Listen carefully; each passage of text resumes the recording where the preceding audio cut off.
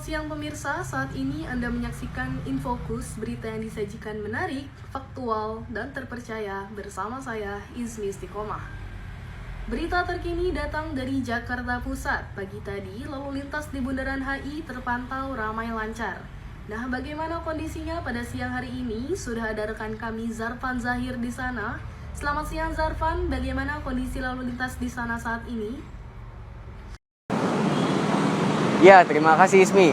Saat ini saya sedang berada di depan pos polisi Bundaran HI Jakarta Pusat.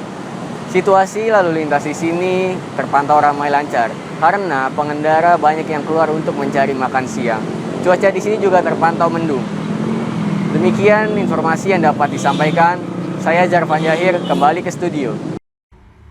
Baik, terima kasih Zarfan atas informasinya yang melaporkan langsung dari Bundaran HI.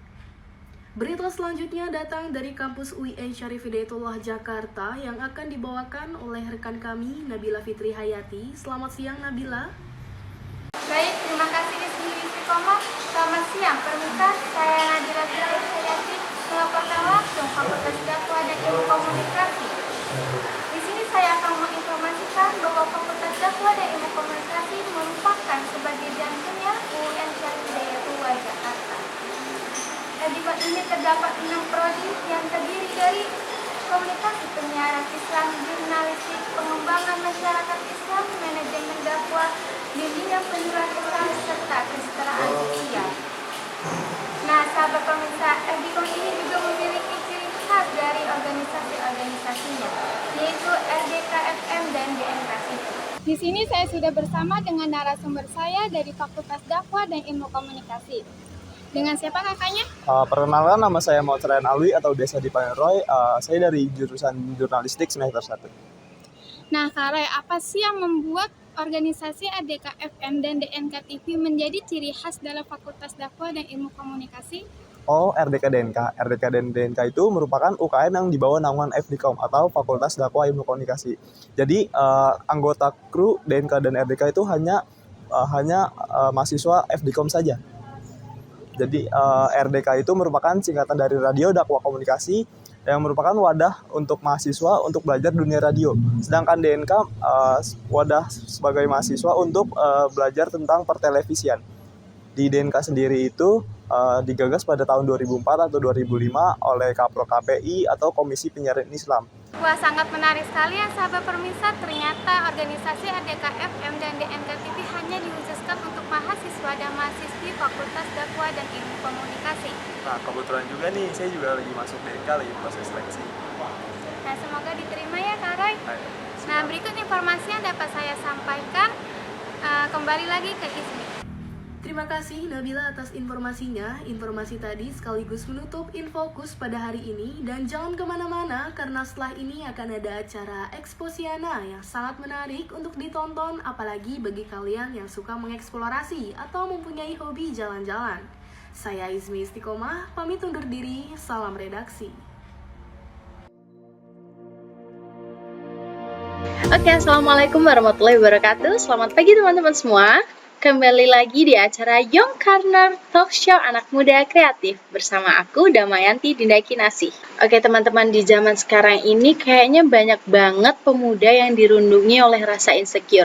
Banyak di antara mereka yang merasa gundah, sedih, galau karena rasa insecure yang mereka miliki. Kayaknya seru juga nih kalau pada kesempatan kali ini kita bakal bahas materi tentang insecure. Tapi di sini aku nggak sendiri nih. Di sini aku bakal ditemani oleh teman aku yang pandai dan pintar untuk membahas mengenai masalah insecurity dan juga self love. Ya, saat ini sudah bergabung bersama kita narasumber kita, Kak Rafadila Fatihalana. Boleh kita sapa bersama? Halo Kak Dila. Halo, terima kasih karena kali ini udah ngundang aku di acara Young Corner. Oke Kak Dila, terima kasih juga karena sudah berkenan untuk berpartisipasi di acara kami. Oke, sebelumnya Kak Dila, sebelum kita melanjut materi selanjutnya, aku mau nanya dulu nih, apa sih arti insecure menurut Kak Dila sendiri dan apa aja nih bentuk-bentuk insecure di kehidupan sehari-hari? Wah, insecure ini sekarang tuh rame banget di kalangan kaula muda sekarang kan. Nah, menurut aku tuh insecure itu sikap gak yakin dan ragu atas diri kita sendiri gitu. Di kehidupan kita kan juga banyak banget kan insecure yang terjadi di kalangan anak muda. Contohnya tuh ada kayak pertama insecure fisik tentunya. Kadang kita merasa gak cantik, atau di kalangan masyarakat sekarang kan ada beauty standarnya sendiri. Kita merasa harus mengikuti beauty standard tersebut agar ia memenuhi kriteria kecantikan wanita di Indonesia kayak gitu. Yang kedua itu ada kemampuan. Kita tuh kadang ragu sama kemampuan diri kita sendiri gitu. Soalnya kita kadang punya tetangga yang lebih pintar, dibanding-bandingin kayak gitu. Yang hal tersebut bikin kepercayaan diri kita turun. Nah, yang ketiga itu ada relationship, di mana kita itu kadang kan di kehidupan kita kan ada stratifikasi sosial kan. Nah, kita itu kadang minder sama orang yang jauh lebih baik kelas statusnya di atas kita gitu. Atau kadang kita juga melihat seseorang itu kayak bahagia banget gitu kehidupannya, sehingga kadang bikin kita iri dan minder kayak gitu. Yang setelahnya tuh yang keempat itu ada social circle, dimana kadang kita itu gak berani memulai pembicaraan, atau kadang kita bingung gitu menanggapi orang yang berbicara kayak gitu. Itu sih dari aku kayak gitu. Oh iya ya Kak, bisa dipahami. Kemudian nih Kak, aku juga kepo nih, gimana sih cara mengatasi diri kita sendiri yang dirundung dengan penuh rasa insecure dan juga rasa yang aku tuh nggak bisa apa-apa. Apa sih kelebihan aku? Gimana tuh Kak ngatasinya? Insecure itu kan nggak pandang bulu, pasti orang perfect pun merasakan hal itu gitu. Nah, menurut aku untuk mengatasi insecure itu sendiri, yang pertama harus kita lakuin, yang pertama kita itu harus mengerti, mengenal, dan bisa menerima diri kita sendiri gitu. Dan untuk mendapatkan hal itu, kita itu nggak bisa secara instan gitu. Kita itu harus melewati proses yang panjang, kayak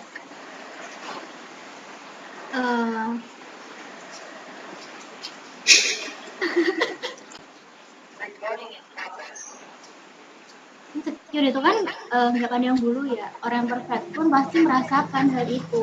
Jadi menurut aku untuk kita menerima hal sendiri, aku mau pertanyaannya.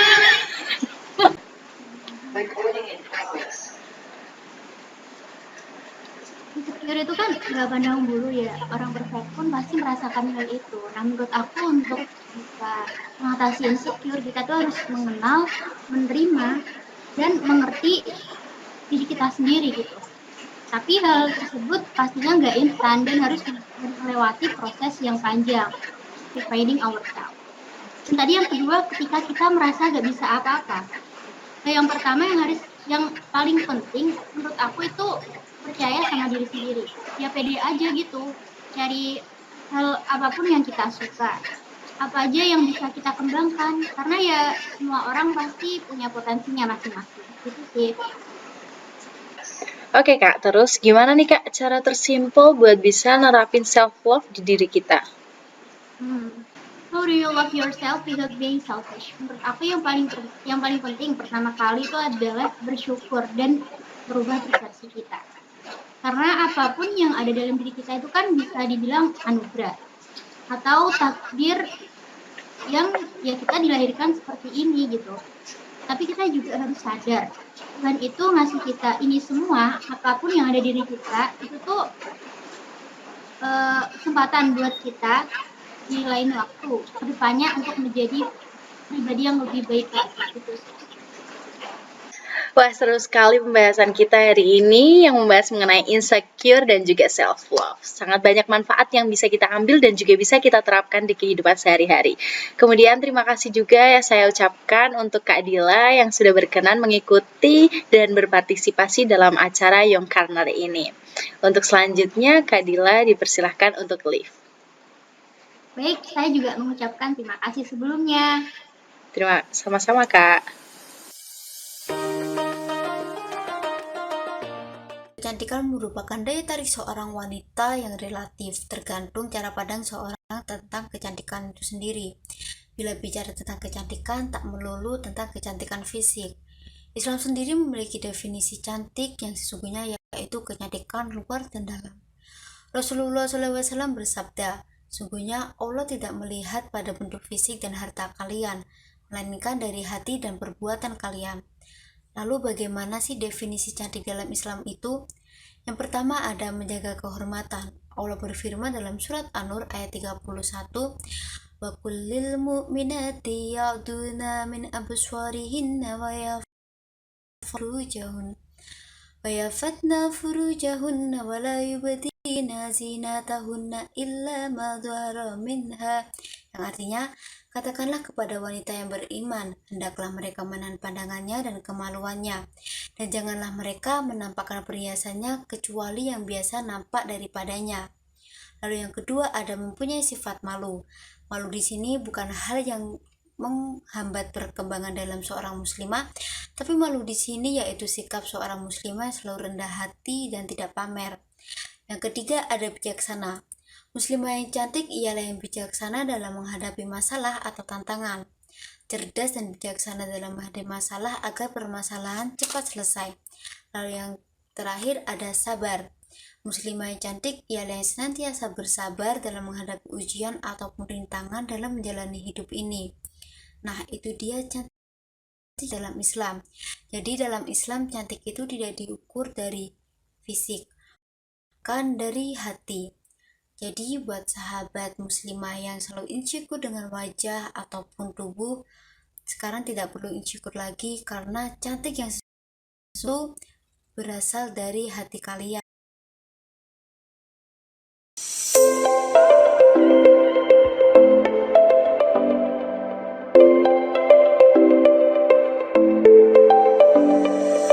Halo Exposer, kembali lagi dengan gue Kois Ali di acara Exposiana Expos Indonesia.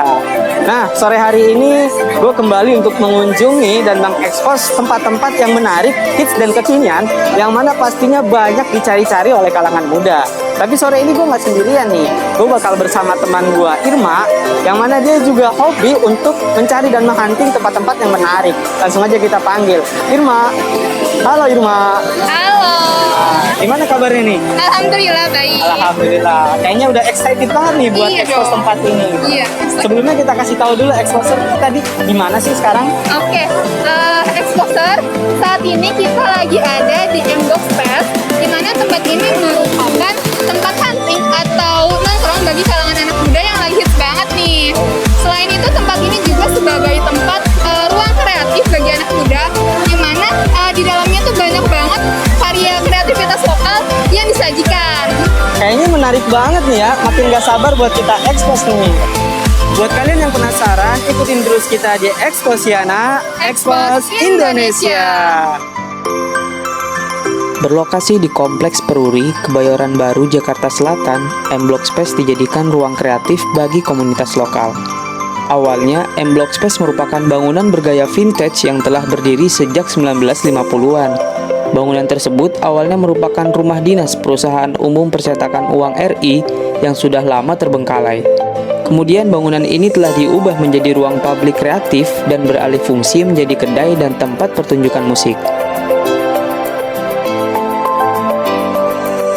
Nah, Exposer, selain menyediakan tempat yang instagramable, di M-Block Space ini juga terdapat food court yang menyediakan berbagai macam dan minuman yang dapat dinikmati oleh para pengunjung. Selain itu juga, untuk melengkapi wadah kreasi kaula muda, di M-Block Space ini bagian belakangnya dilengkapi dengan berbagai macam mural yang menarik, yang mana banyak pengunjung berdatangan untuk sekedar berfoto dan menguploadnya di sosial media. Selain mural, bagian tembok yang dibiarkan hancur dan rangkaian batu bata yang diekspos semakin memperkuat kesan tempo dulu ala tahun 1950-an. Nah, Exposer, itu tadi keseruan kita hari ini. Sebenarnya masih banyak nih yang belum kita ekspos. Seperti live musik yang biasanya tampil setiap malam. Namun, berhubung saat ini lagi hujan, jadi kita stop sampai sini dulu aja ya, Exposer. Mungkin lain kali kita bakal kesini lagi bareng teman-teman Exposer lainnya. Nah, teman-teman Exposer jangan kemana-mana, karena setelah ini masih ada program selanjutnya, yaitu Young Corner yang membahas seputar opini anak muda. Saya Kois Ali, saya Dirmayanti, pamit undur diri. Exposiana Expos Indonesia.